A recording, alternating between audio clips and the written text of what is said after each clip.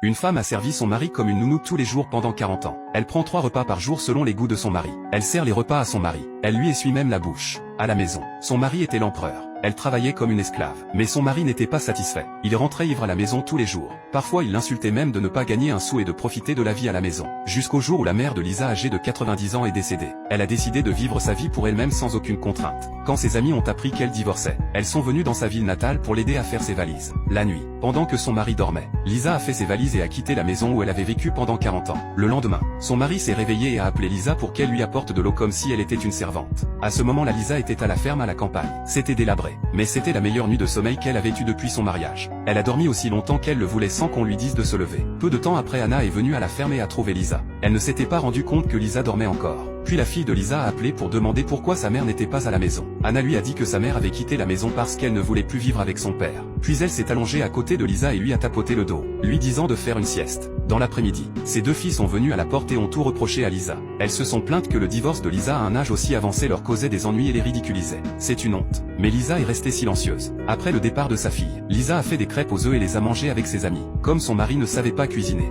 la fille est venue à la maison à préparer le repas, et lui a dit d'aller amadouer sa mère. Papa a dit qu'elle serait de retour dans un mois au maximum.